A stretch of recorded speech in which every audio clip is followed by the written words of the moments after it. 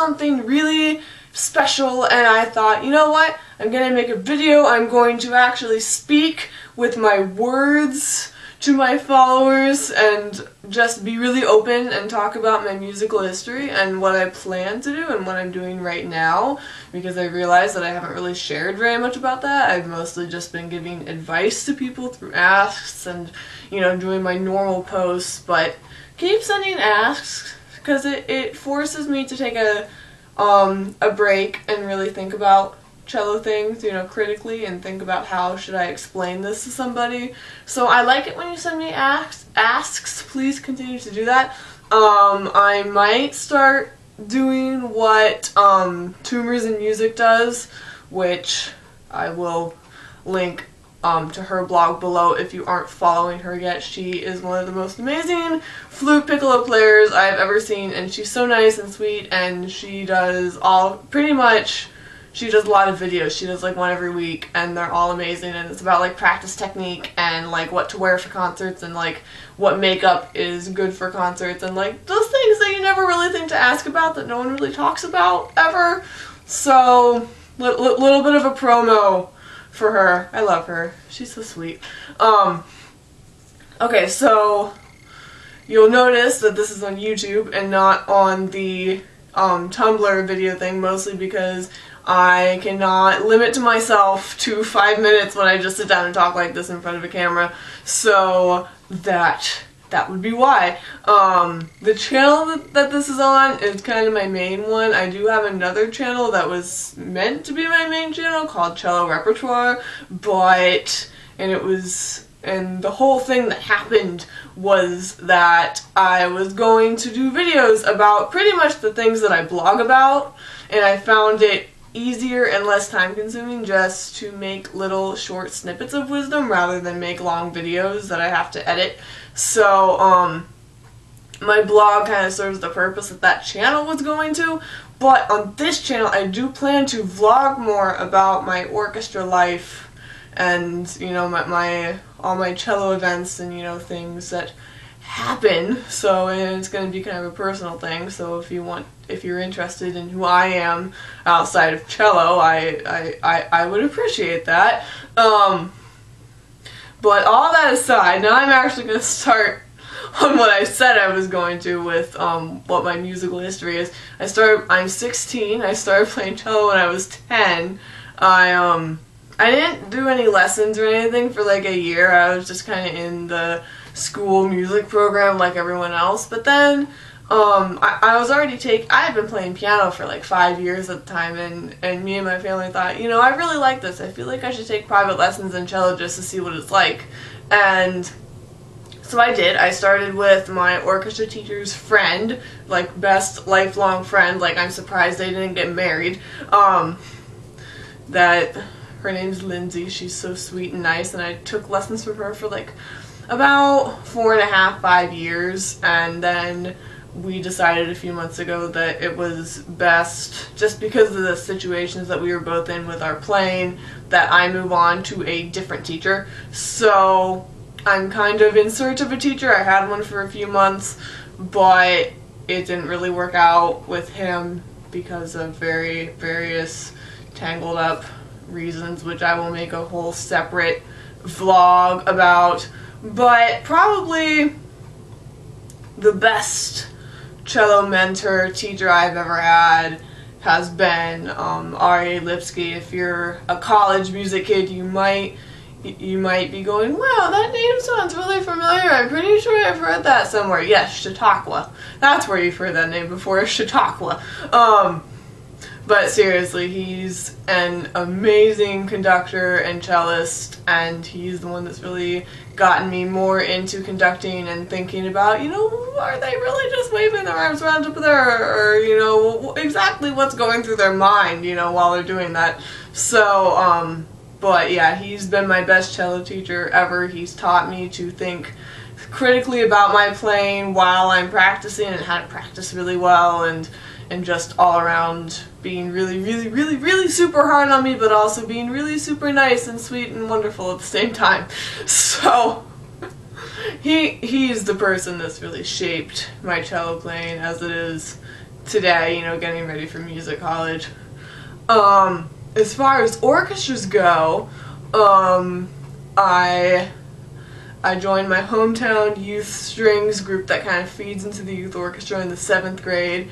We had an amazing conductor. His name's Mr. Hall. He's retired from doing that stuff now because he finally decided to fully retire at the age of 86, 85.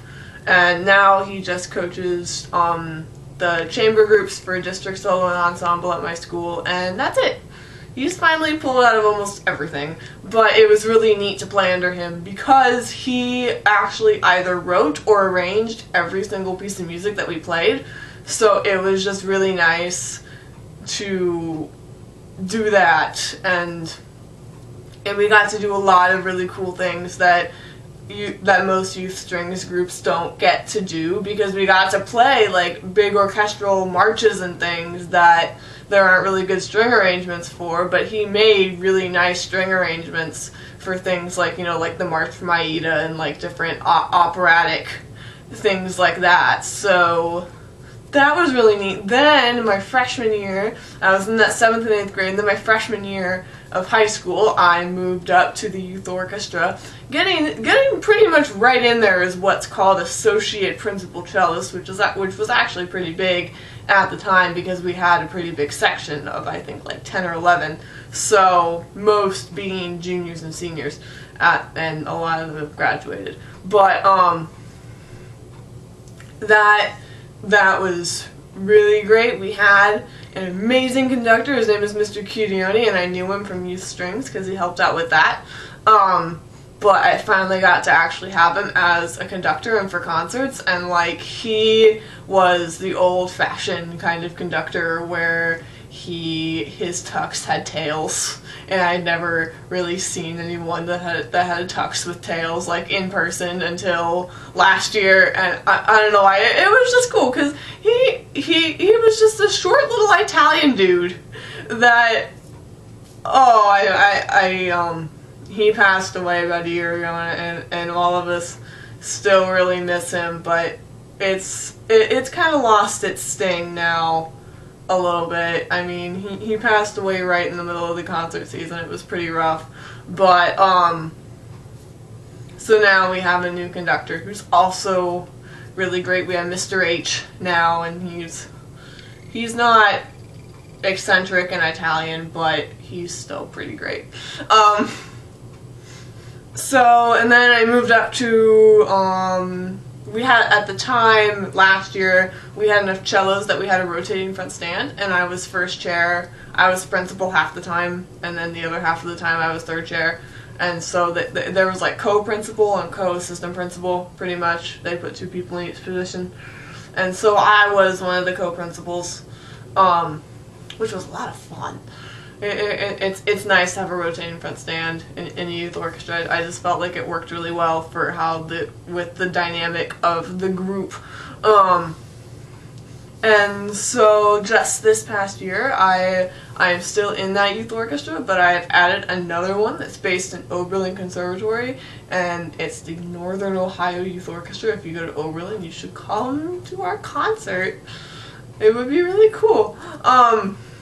But yeah, it's really nice to have rehearsals at Oberlin and to work with, I think there's one faculty person that's a director, and then like, that's like our big head director, and then everyone else is a student there or completely from outside. But still, we work with a lot. Our cello section coach goes to Oberlin. He's like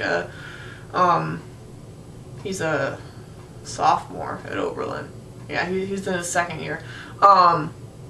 And it's really nice just to be there and to see the people and get the atmosphere, you know, because it's kind of geared towards, they want you to go to Oberlin if you're in this orchestra. So, and it's one of my top schools, and now I feel really biased towards it because I'm there once a week. So that was I really like that orchestra. Although my first concert was really, really scary because we played the first okay, I gotta tell you the story. In my audition, I thought I did horrible.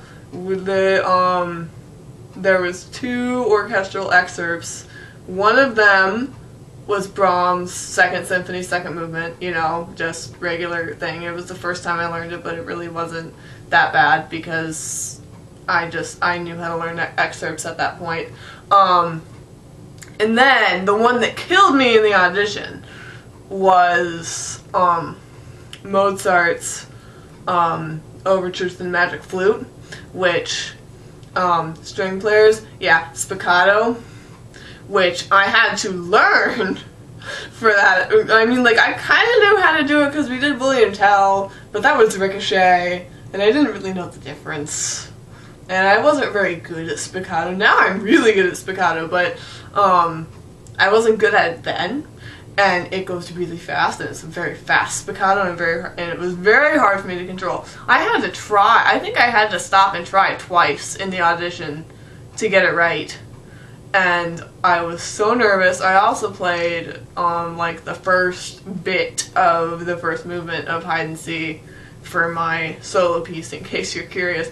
And I was like, oh my gosh, I think I got in, but I know that I'm not really going to get a good chair, because that was also the seating audition for the fall concert. So, I checked my email a few days later, because now they email you your results. You wait a few days instead of like a few weeks for your letter. Anyway, I got principal chair.